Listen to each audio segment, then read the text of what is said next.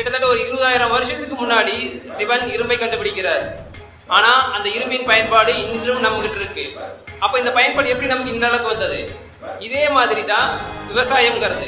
இன்றளவும் வந்துட்டு நம்ம விவசாயம் செஞ்சுக்கிட்டு இருக்கிறோம். அது எப்படி சாத்தியமாச்சு? அப்போ அந்த இடத்துல வந்துட்டு வேளாளர்னு ஒரு குடி வருது. வேளாளர், அதே மாதிரி கவுண்டர், வேளாளர், இப்படி விவசாயம் சார்ந்த குடிகள் உருவாகிறாங்க. இப்படி வரலாற்றுல ஒவ்வொரு குடிகளுமே ஒரு தொழிலை செய்திருக்கிறார்கள்.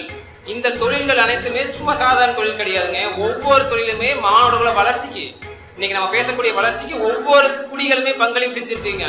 அதனாலதான் நம்ம என்ன சொல்றோம்னா, இந்த குடிகள், அதாவது மானுட வளர்ச்சிக்கு பங்களிப்பு செய்த அனைத்து தமிழ் குடிகளுமே உயர்ந்த குடிகள் நம்ம சொல்றோம். முதல் நாகரீகம், முதல் மொழி, முதல் கலாச்சாரம், அறிவியல், எல்லாவற்றுக்கும் இது எப்படி இந்த உலகத்துக்கு கொடுத்தோம்னா இந்த தமிழ் குடிகள் தான். அப்ப இந்த உலகிற்கு இதை கொடையாக வழங்கிய அனைத்து தமிழ் குடிகளுமே உயர்ந்த குடிகளே, உயர்ந்த குடிகளே, உயர்ந்த குடிகளே என்று கூறி வாய்ப்பளித்த அனைத்து நல் உள்ளங்களுக்கும்